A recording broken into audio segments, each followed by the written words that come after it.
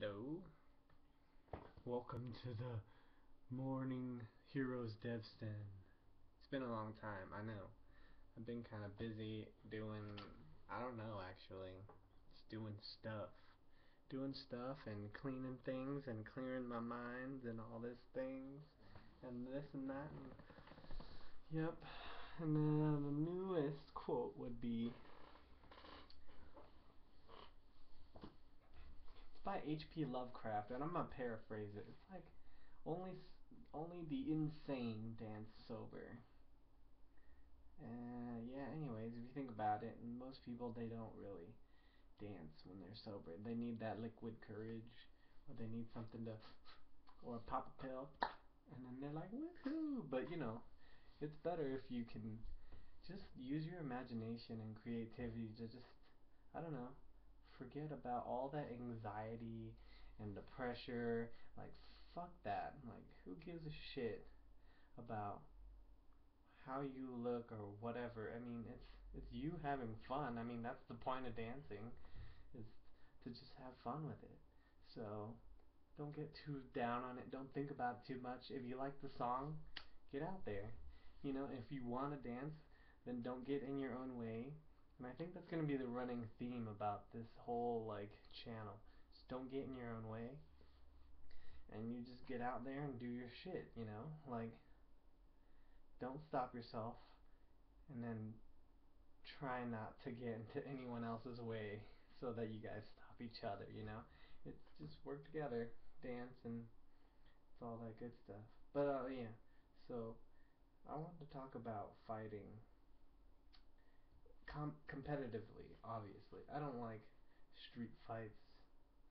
I mean, I just don't see any point, because if you train for long enough, as I did, or any professionals do, I'm not saying I'm professional, but anyways, uh, you kind of just lose interest in fighting anyone who's kind of just like hasn't trained. Like, if you know it's a for sure win, there's no point in fighting, in my opinion. So unless I know they're at least generally within 20 pounds of my weight, and they've had years of experience, or at least they seem confident enough to go at it, well, then I'm interested. And then I turn my game face on. When you turn your game face on, what do I think about? Well, one thing I had to get over the years, I found out was, uh, this is a secret, so it's pretty good if you remember it. But don't be afraid to die. I mean, obviously you don't only want to be afraid to die in general. If you want to be a hero, heroes don't care about dying. But in a fight, you really just don't get scared about any of the damage that you're going to take, because the more you worry, the more you're going to take damage.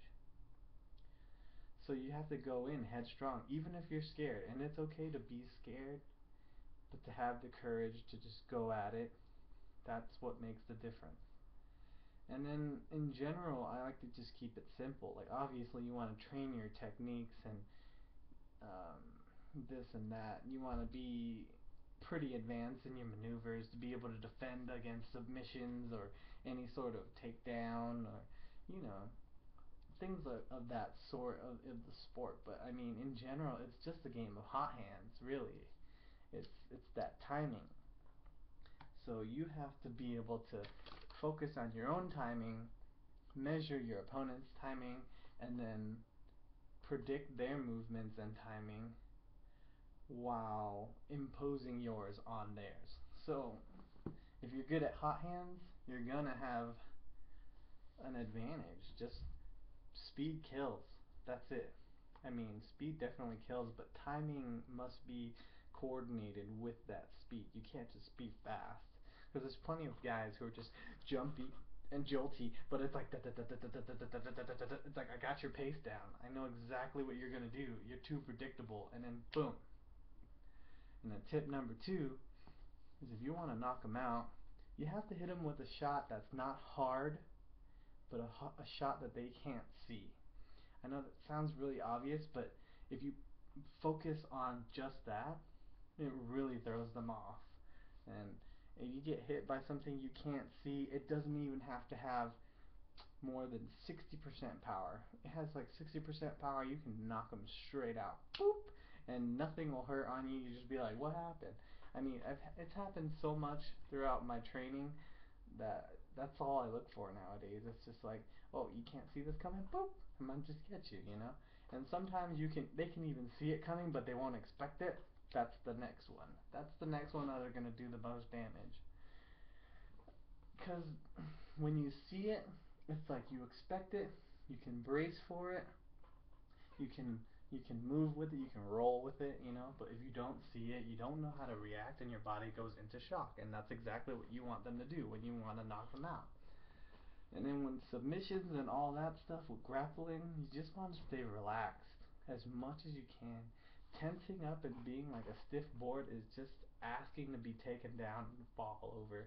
You want to be fluid and roll with it so that you don't fall over as hard as you can. Like if you guys ever done like a handstand or anything like that, you'll notice if you handstand and you're all stiff the whole time and you fall forward, boop, you will land hard and it hurts. But if you go forward and you roll with it, you tuck and roll and you move your body, it's a lot smoother of a transition from standing to on the ground. And if you stay relaxed, you don't blow your wad. That's what they call it. When you try and choke someone out, you should be sure that you have the leverage and you have the position and they are feeling the stress. Because if you waste your energy, at least for the next half hour, it's just gonna feel like your arm is a balloon and it's gonna be useless. And then I guess that's that about fighting. I mean, there's obviously a bunch of techniques.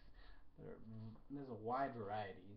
Spinning, there's like a bunch of moves. You can go in the octagon or out of the octagon. Over in Japan, they have crazy rules, 10-minute time. You know, of course, you want to train your stamina and your strength and all that stuff. But in general, this is competitive. You guys are the same weight, so you wouldn't have to worry too much about that. Although back in the day, there were some freak show fights. You had to deal with, I don't know, the most spontaneous type of body types and fighters and experience levels. It was nuts back in the day. But now it's like ranking, so everything's like really close. It's almost like identical fighters fighting each other, and people just kind of edge each other out. But once in a while, you get that clean knockout, which comes out of nowhere, which is pretty nice. But let's see, what else about fighting? You have to stay calm. You can't let your emotions get to you. I mean, obviously, you want to kind of stay motivated through your emotions and whatnot, but you can't let them dictate your actions. If you do that, you're gonna lose focus, and you're gonna let some random hook or random jab or something. It's gonna slip by and it's gonna knock you out, and you're gonna wake up and you're gonna ask yourself, what happened? Well, the other guy's raising his hand, you know. If you get into a fight, you gotta be prepared for damage. I mean, that's it. There's no way you're gonna get out of it clean cut. And if you do, you gotta be grateful for that. And you gotta be thankful for something. Because, I mean, what do you expect if you get into a fight and not to get hurt? There's no such thing. If you're a real fighter and you fight all the time, that's not gonna happen. It doesn't happen to anybody. I think Rocky Marciano. But I mean, everyone takes their licks, even during fights, even during fights that they win, you know. But, anyways, that's that.